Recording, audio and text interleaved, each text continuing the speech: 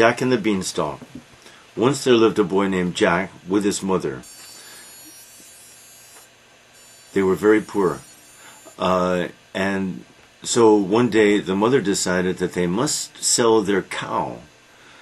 So she told Jack to take the cow into town and sell the cow. Jack took the cow toward town. On the road he met a strange man, strangely dressed, and he spoke strangely too. And he said, "I will buy your cow from you." Jack said, "What will you give me?" 5 magic beans. And Jack, cleverly or stupidly, said, "Oh, 2 for one hand, 2 for the other, and 1 for my mouth." "Exactly," said the man. So Jack accepted this price, was very proud of himself, and went back home. His mother was furious. Magic beans, ha! She didn't believe in magic, and Jack was a very imaginative boy. So she threw the beans out the window and told Jack to go to bed without any dinner. Jack went to bed. During the night, the magic beans grew into a magic giant beanstalk that leaped, so to speak, from the ground up, even past the clouds, way up into the sky. Jack decided, we will see in this story, Jack likes adventure. So Jack decided, I will climb that beanstalk. He climbed and climbed and climbed, up, past the clouds, and suddenly the beanstalk seemed to come to an end, and there was a magical palace, or castle, right there in the sky. Jack went to the door, knocked on the door was huge, and a huge woman, larger than any woman he had ever seen, came to the door and seemed to fill the door, almost anyway. She looked intimidating enough, that is, made him nervous, but he said boldly, "Please, I'm very hungry, may I please have something to eat?" And the woman took pity on him and brought him into the kitchen. But she said, "You must be careful, or my husband will eat you when he comes home." So she gave Jack some food, though, and suddenly they both heard a noise. It was the giant who had come home. He made a lot of noise, and Jack quickly hid in the oven. So the giant came in, "Fee, fi, fo, fum, I smell the blood of an Englishman. Be he live or be he dead, I'll grind his bones to make my bread." Famous. Okay, and Mrs. Giant said, "Oh, nonsense. It's just the delicious dinner that I've fixed for you that you smell." So the giant sat down to eat, and noisily, of course, and when he had finished eating, he called for his money bags, his bags of gold. His wife brought the bags of gold, and because it was his habit to count the gold. So he started counting, but pretty soon he fell asleep. Jack came out of the oven, grabbed one of the bags of gold, ran out of the castle, ran to the beanstalk, and climbed down the beanstalk quickly. Gave the gold to his mother, and his mother was very happy, of course. So they were able to live for a long time, I don't know, months maybe, I don't think years, because of that gold. But soon the gold ran out. I guess the beanstalk, the giant beanstalk, had remained there.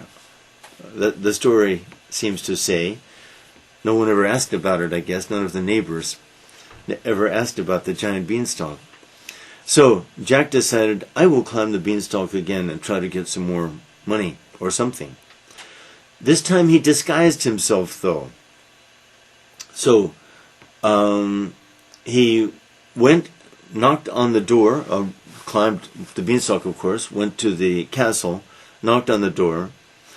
The woman didn't recognize him, and he said, Jack said, please, please, I'm very thirsty and hungry. Will you help me? No, no, the last boy who came here stole some of my husband's gold.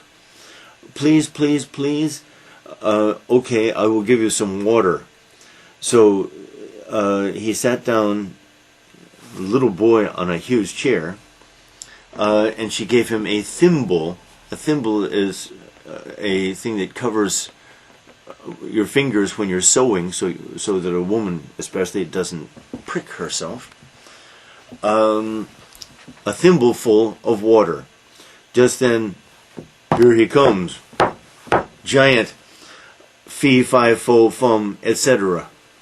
So, once again, Jack hid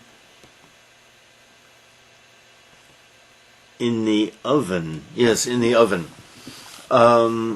Nonsense, said the woman. You only smell the delicious soup that I've fixed for you. Come, sit down. So the giant sat and ate, and this time he called for his magic hen. And I guess she brought the hen to him, and the giant said to the hen, lay a golden egg for me. The hen laid a golden egg, and the giant was sleepy, fell asleep. Jack came out of the oven, grabbed the hen that lays golden eggs, and ran very fast, ran to the beanstalk, descended, went down the beanstalk, gave the hen to Mom, and they had plenty to eat because they had the hen that lays golden eggs. After a while, though, Jack wanted adventure. This shows a lot about Jack. He's bold, he likes adventure, he's curious, quite a boy. So, once again, he climbed, in disguise again. This time, she didn't recognize him again. She let him in. Gave him something to eat. I don't remember that detail. But then, boom, boom, boom, here he comes. Fee, fi, no, it's nothing. Don't give us your rhyme again. This time, though, excuse me. This time, Jack did not hide in the oven. He hid behind a giant broom. Now, what happened? I'm forgetting a detail here. I think maybe he went into the house this time, but the wife didn't know he was there. That's it. She didn't know. So, this time, she, knowing that her husband did smell Jack probably, looked in the oven, but Jack wasn't there, clever boy. He didn't hide in the same place a third time. So she thought, you're imagining this, my husband. There's no one here. This time the giant ate again. After eating, he called for his magic harp. She brought it to him, and the giant said, play. And the harp played a beautiful song, and even sang along with its own musical instrument sound. Soon the giant had fallen asleep.